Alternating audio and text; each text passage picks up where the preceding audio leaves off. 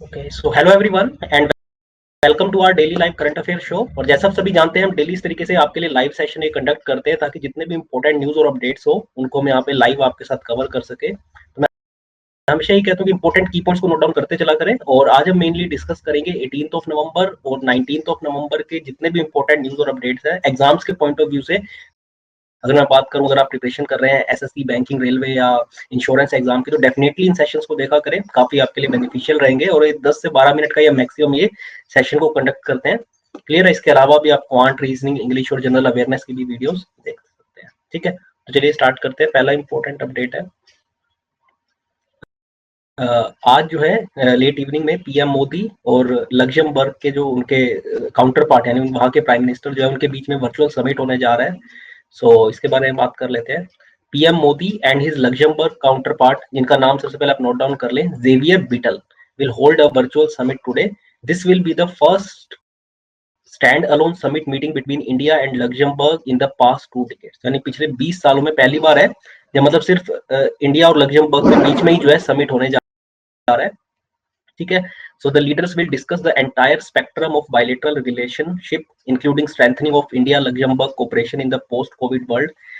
They will also exchange views on international and global issues of mutual interest. ठीक है, तो अगर बात करें इससे पहले, देखिए अर्लियर ओकेजन्स पे जो है the two prime ministers have met previously on 3 occasions। ठीक है, बट वन टू वन अगर हम बात करें वर्चुअल समिट की, तो पिछले 2 decades में पहली बार है जब ये समिट होने जा रहा है।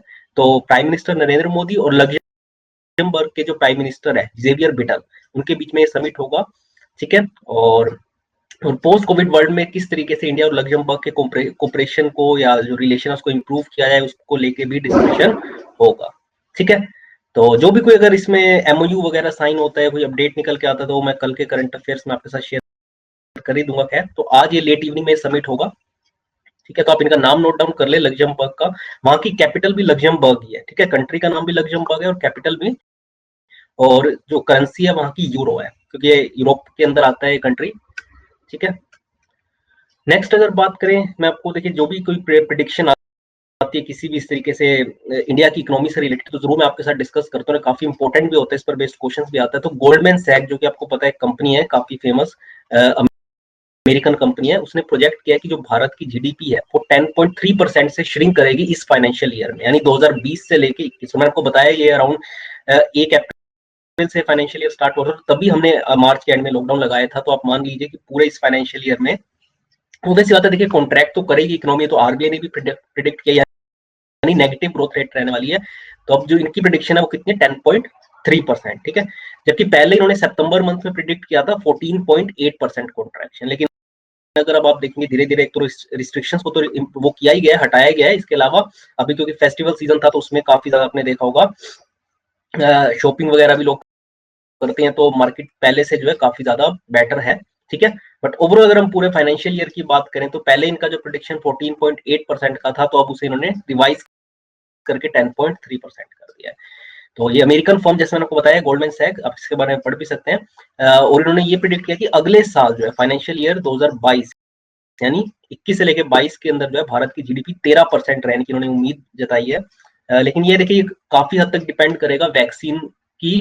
अगर वैक्सीन आ जाती है तो आप मान लीजिए कि ऑब्वियसली बात है जीडीपी काफी बेहतर रहेगी। लेकिन अगर नहीं आती इसकी वैक्सीन, तो फिर जो भी रिवाइज होंगे प्रिडिक्शन, वो आगे का देखिए किसी को भी नहीं पता। खैर, लेकिन माना जा रहा है कि काफी सारे वैक्सीन जो है, एक तो एस्ट्राजेनेका की है, एक इंडिया की खुद की है, भारत बायोटेक जो बना रहा है, तो जो आगे काफी आगे के फेजेस में पहुंच चुकी है। तो अगर वैक्सीन आ जाती है तो मान लीजिए कि काफी हद तक सभी कंट्रीज की इकोनॉमी फिर इंप्रूव हो जाएगी।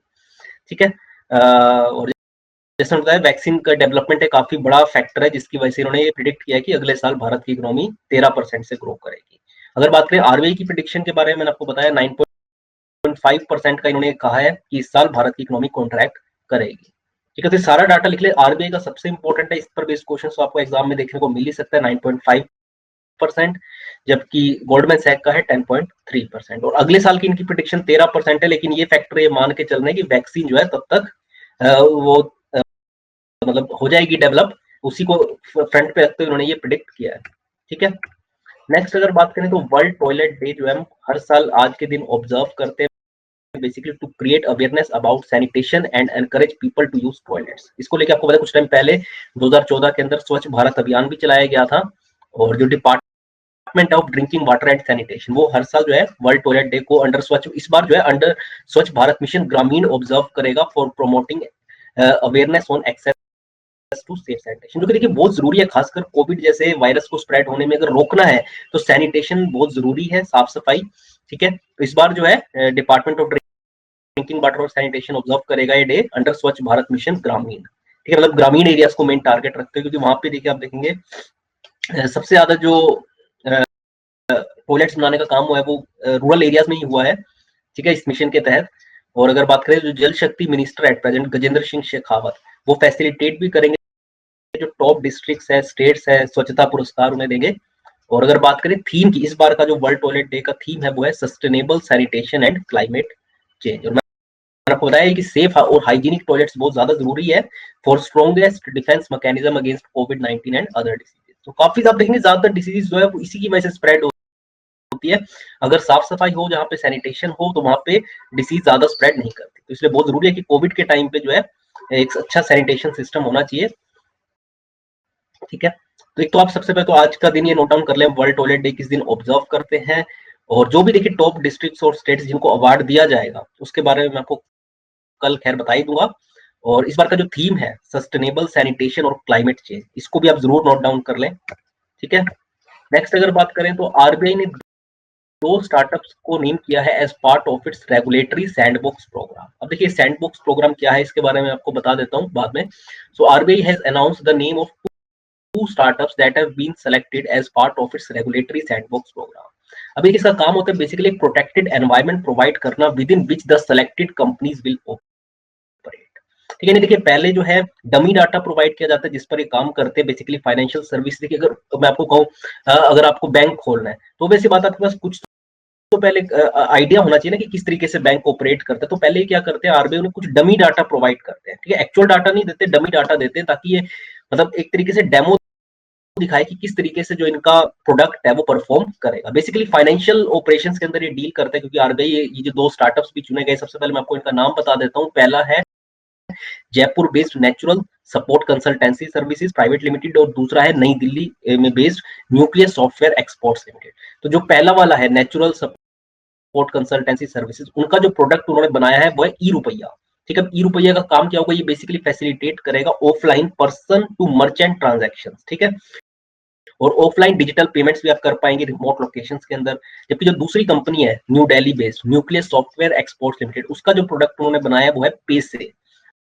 अब पेसे क्या काम क्या basically it will help in digitisation of payments in rural areas through an offline payment solution and digitised self help group centred ecosystem.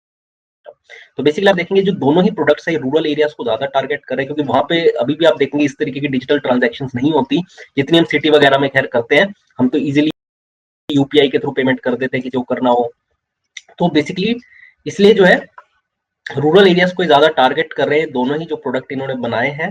तो देखिए ऑब्वियस सी बात है, ऐसा नहीं कि इनको डायरेक्ट जो है अप्रूवल मिल जाएगा कि ये ट्रांजैक्शन स्टार्ट कर दे। इनको थोड़ा बहुत पहले ये डमी डाटा प्रोवाइड करता है आरबीआई, ताकि एक तरीके से ये पहले फ्रेमवर्क दिखाए कि किस तरीके से इनके ये प्रोडक्ट्स काम करेंगे, ताकि फिर अगर वो सक्सेसफुल रहता है तो ही इनको एक्चुअली फिर ये ऑपरेट करने देंगे। तो आरबीआई ने इन दो स्टार्टअप्स को सिलेक्ट किया है as part of its regulatory sandbox program. तो सबसे पहले इन दोनों कंपनीज का नाम नोट डाउन कर ले और इनके प्रोडक्ट क्या है।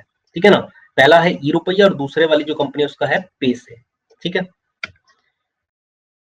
और आखिरी आज का हमारा अपडेट है और एक काफी अनफॉर्चुनेटली न्यूज है कि फॉर्मर गोवा की गवर्नर रह चुकी और veteran BJP leader Mridula Sinha जो है उनकी डेथ हो गई है। ठीक है, और उनकी एज 77 थी और वो पहली वुमेन गवर्नर थी गोवा की। ये भी एक बहुत इंपॉर्टेंट स्टैटिक पॉइंट है, इसे आप नोट डाउन कर लें कि she was the first women governor of Goa. एक वो रेनाउंड हिंदी राइटर थी, इसके अलावा जो है उन्होंने सर्व भी किया as the head of the BJP women wing और chairperson of central social welfare board in the ministry of HRD. इसके सो president Ramnath Kovind, prime minister Narendra Modi, इसके अलावा होम मिनिस्टर अमित शाह और काफी सारे और लीडर्स ने जो है उनके डिमाइस जो उनका हुआ है डेथ, इसको ग्रीफ एक्सप्रेस किया है उन्होंने ट्विटर के थ्रू। सो इसका आप इनका नाम जरूर नोट डाउन कर लें। ये गवर्नर रह चुकी हैं गोवा की और पहली गवर्नर थी वो। अगर हम गोवा की पर्टिकुलरली यहाँ पर बात करें तो उनकी कल अनफॉर्चुनेटली डेथ हो गई। तो इनका आप नाम एक बार नोट डाउन कर सकते हैं, आप उनके यहाँ पे फोटो भी देख सकते हैं। क्लियर है? तो ये थे आज के हमारे इंपॉर्टेंट अपडेट्स। एक बार पीछे चलते हैं और जो इससे पहले हमने करंट अफेयर्स देखे उनको भी गो थ्रू कर लेते हैं और फिर इस सेशन को ओवर करेंगे। ठीक है, तो ये तो मैंने आपको बता ही दिया, फॉर्मर गोवा गवर्नर रह चुकी और वेटरन बीजेपी लीडर है, काफी टाइम से बीजेपी पार्टी के साथ जुड़ी भी हुई है, मृदुला सोनम की कल डेथ हो गई।